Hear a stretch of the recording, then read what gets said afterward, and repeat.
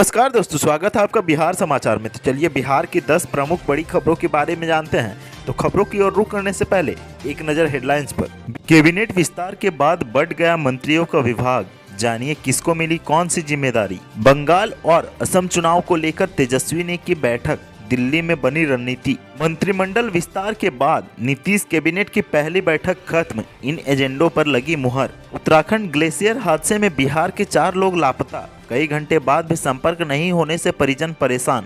पुराने ट्रेड की जगह बिहार में खुलेंगे नए ट्रेड, छात्रों को दी जाएगी अब सोलर प्लेट लगाने की ट्रेनिंग, जानिए क्या है योजना। पंचायत चुनाव में बूथों को लेकर वोटरों को नहीं होगी परेशानी, जरूरत हुई तो आयोग बनाएगा चलंत बूथ। बिहार में एंटीबायोटिक के अधिक डोज से खराब हो रही है किडनी, अकेले आईजीआईएमएस में मिले 4500 मामले। इंतजार खत्म, बिहार में इसी माह शुरू होगा आम लोगों का टीकाकरण, जानिए कब आएगा आपका नंबर। जून 2022 तक पीएमसीएच से गंगापथ को मिल जाएगी कनेक्टिविटी, उत्तर बिहार के मरीजों को होगी सहूलियत। बिहार में अगले 48 घंटे तक रात में कम और दिन में बढ़ा रहेगा तापमान। अब खबरें विस्तार से। लंबे इंतजार के बाद नीतीश कैबिनेट का विस्तार हुआ है, लेकिन विस्तार के साथ ही मंत्रियों का विभाग तुरंत बढ़ गया है। दरअसल सरकार में शामिल घटक दलों के बीच विभागों का बंटवारा पहले ही हो चुका था और अब मंत्रियों को उनका विभाग दे दिया गया है। उम्मीद के मुताबिक बीएसपी से जेडीयू में शामिल होने वाले मोहम्मद जमा को अल्पसंख्यक कल्याण विभाग दिया गया है, जबकि शाहनवाज हुसैन को उद्योग विभाग की जिम्मेदारी दी गई है। वहीं श्रवण कुमार को ग्रामीण विकास विभाग, मदन साहनी को समाज कल्याण विभाग का जिम्मा दिया गया है। प्रमोद कुमार को गन्ना उद्योग एवं विधि विभाग की जिम्मेदारी मिली है, जबकि नितिन नवीन राज्य के नए पथ निर्माण मंत्री होंगे। नारायण प्रसाद को पर्यटन विभाग का जिम्मा दिया गया है। जयंत राज ग्रामीण कार्य विभाग संभालेंगे। आलोक रंजन को कला संस्कृति एवं युवा विभाग की जिम्मेदारी दी गई है। जनक राम को खान एवं भूतत्व विभाग का मंत्री बनाया गया है। सुनील कुमार को मद्य निषेध उत्पाद एवं निबंधन की जिम्मेदारी दी गई है, उनके ऊपर शराबबंदी को सफल बनाने की जिम्मेदारी होगी। संजय झा को जल संसाधन विभाग के साथ साथ सूचना जनसंपर्क विभाग की जिम्मेदारी भी दी गई है। नीरज कुमार बबलू को पर्यावरण, सुभाष सिंह को सहकारिता, सुमित कुमार को विज्ञान प्रौद्योगिकी, नारायण प्रसाद को पर्यटन, मोहम्मद जमा खान को अल्पसंख्यक, शाहनवाज हुसैन को उद्योग, संजय कुमार झा को जल संसाधन, पीआरडी, सम्राट चौधरी को पंचायती राज, सुभाष सिंह को सहकारिता विभाग की जिम्मेदारी दी गई है। राजद सुप्रीमो लालू प्रसाद यादव की तबीयत खराब होने के कारण नेता प्रतिपक्ष तेजस्वी यादव इन दिनों दिल्ली में हैं। पश्चिम बंगाल विधानसभा चुनाव और असम चुनाव के मद्देनज़र आरजेडी की रणनीति क्या होगी, इसे लेकर तेजस्वी ने दिल्ली में पार्टी के बड़े नेताओं के साथ बैठक की है। तेजस्वी यादव के साथ पार्टी के राज्यसभा सांसद मनोज झा, राष्ट्रीय प्रधान महासचिव अब्दुल बारी सिद्दीकी और राष्ट्रीय महासचिव श्याम रजक इस बैठक में मौजूद रहे। पिछले दिनों अब्दुल बारी सिद्दीकी और श्याम रजक पश्चिम बंगाल और असम दौरे पर गए थे। इन दोनों राज्यों में विधानसभा चुनाव को लेकर आरजेडी की संभावना को इन नेताओं ने तलाशा था और उसके बाद अब तेजस्वी यादव से दिल्ली में मुलाकात कर इस मामले पर फीडबैक दी है। लालू यादव की तबीयत खराब होने के बावजूद पिछले दिनों तेजस्वी यादव दिल्ली से पटना आए थे और किसानों के समर्थन में बनाई गई मानव श्रृंखला में शामिल हुए थे।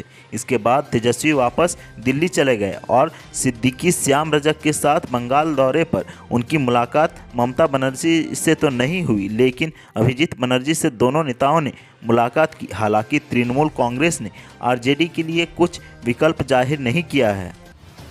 मंत्रिमंडल विस्तार के बाद नीतीश कैबिनेट की पहली बैठक हुई। इस अहम बैठक में कुल 6 एजेंडों पर मुहर लगाया गया है। राजभवन में शपथ लेने वाले तमाम नए मंत्री कैबिनेट की बैठक में शामिल हुए। नीतीश कैबिनेट में पहली बार शामिल होने वाले मंत्रियों के लिए कैबिनेट की मीटिंग का यह पहला अनुभव था। मुख्य सचिवालय में हुई कैबिनेट की बैठक में कुल 6 एजेंडों पर मुहर लगाई गई है। नीतीश कैबिनेट की बैठक में जो मंत्री पहली बार शामिल हुए उसमें शाहनवाज हुसैन, नीरज कुमार बबलू, सुभाष सिंह, नितिन नवीन, सुमित कुमार, सुनील कुमार, नारायण प्रसाद, जयंत राज, आलोक रंजन, मोहम्मद जमा खान और जनक राम जैसे चेहरे शामिल हैं। इसके पहले यह कभी भी मंत्री नहीं बने थे। हालांकि कई पुराने चेहरों को वापस कैबिनेट में जगह मिली है। नीतीश कैबिनेट ने जिन एजेंडों पर मुहर लगाई है उसमें बिहार नगरपालिका सेवा संवर्ग नियमावली 2021 को स्वीकृति दी गई है।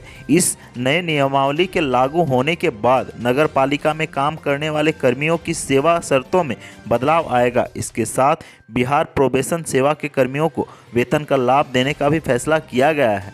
नियमावली 2014 के स्थान पर नई नियमावली बनाई गई है।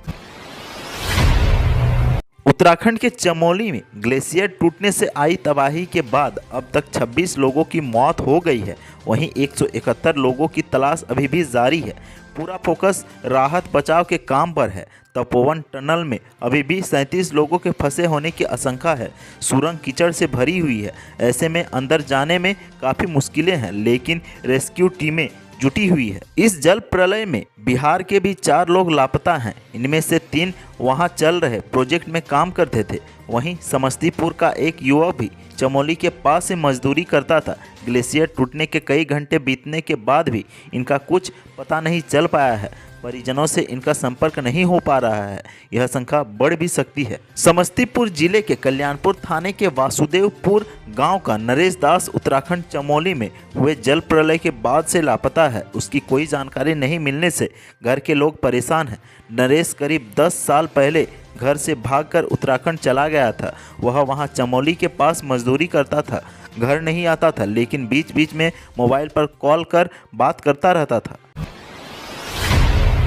सौर ऊर्जा की बढ़ती मांग से अब रोजगार के भी नए अवसर पैदा हो रहे हैं। इसे लेकर राज्य सरकार ने नई पहल की है। सभी सरकारी ITI में छात्र छात्राओं को सोलर प्लेट लगाने की ट्रेनिंग दी जाएगी। इसको लेकर श्रम संसाधन ने नया ट्रेड शुरू करने का निर्णय लिया है। इसको लेकर विभागीय प्रक्रियाएं पूरी कर ली गई है। अगले 2 से 3 माह में यह ट्रेड शुरू हो जाएगा और साथ ही साथ 10 नए ट्रेड भी शुरू होंगे। वहीं राज्य सरकार ने भी सभी भवनों में सोलर सिस्टम लगाने का निर्णय लिया है, ताकि पारंपरिक रूप से अब तक हो रही बिजली की खपत कम हो।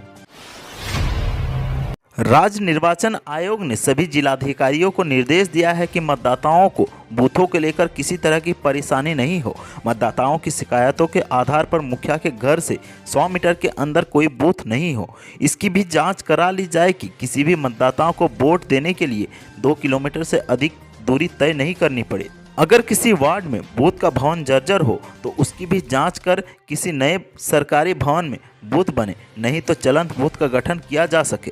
राज्य निर्वाचन आयोग ने पंचायत चुनाव को लेकर राज्य के सभी जिलाधिकारियों के साथ वीडियो कॉन्फ्रेंसिंग कर बूथों का अद्यतन स्थिति की समीक्षा की है। आयोग ने जिलाधिकारियों को निर्देश दिया है कि मतदाता सूची के अपडेशन में इस बात का भी ध्यान रखा जाए कि कोई भी योग्य मतदाता वोट देने से वंचित न हो।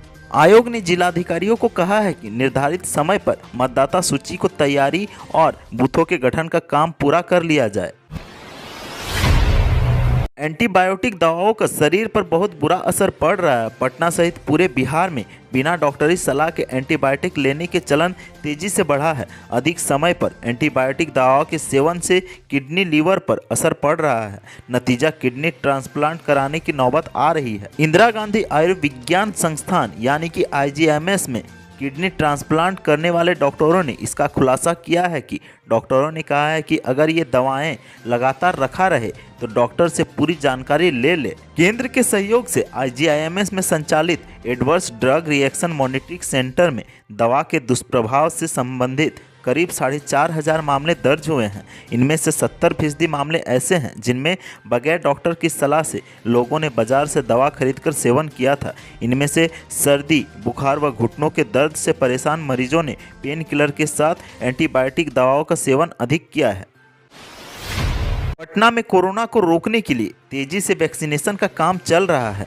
जिले में 16 जनवरी से वैक्सीनेशन अभियान शुरू किया गया था। इसके पहले चरण में स्वास्थ्यकर्मियों को वैक्सीनेशन किया गया और अब यह अपने अंतिम चरण में है। इस बीच शनिवार से फ्रंटलाइन कर्मियों को वैक्सीनेशन शुरू हो चुका है। अब सिविल सर्जन कार्यालय से मिली जानकारी के मुताबिक जिले के फ्रंटलाइन वर्करों को 14 फरवरी तक वैक्सीन लगा देने का टारगेट रखा गया है। वहीं जिले में फ्रंटलाइन वर्करों के वैक्सीनेशन के बाद आम लोगों को वैक्सीन लगाई जाएगी। हालांकि अभी भी पहले 50 वर्ष की उम्र से ज़्यादा के लोगों और जिन्हें पहले से कोई गंभीर बीमारी है उन्हें वैक्सीन लगानी है। गंगापथ से पीएमसीएच को कनेक्ट करने का काम जून 2022 तक पूरा हो जाएगा। गंगापथ से पीएमसीएच को कनेक्टिविटी देने के लिए बनाने वाले एलिवेटेड रोड के निर्माण कार्य की समीक्षा की गई। बिहार राज्य पथ विकास निगम के एमडी पंकज कुमार ने निगम के अधिकारियों व निर्माण करने वाली कंपनी के प्रतिनिधियों के साथ काम की प्रगति की जानकारी ली है। एमडी पंकज कुमार ने बताया कि कनेक्टिविटी देने के लिए 1.12 किलोमीटर एलिवेटेड रोड बनेगा। 131 करोड़ की लागत से बनने वाले इस परियोजना को जून 2022 तक पूरा करने का लक्ष्य है। पश्चिमी विक्षोभ एक बार फिर देश के उत्तरी भाग में सक्रिय हो रहा है। हालांकि उसके असर से अगले 48 घंटे तक पूरे प्रदेश में रात के तापमान में गिरावट और दिन के तापमान में इजाफा होने की संभावना है। इधर रविवार को पूरे प्रदेश में दिन और रात का तापमान सामान्य के करीब रहा है।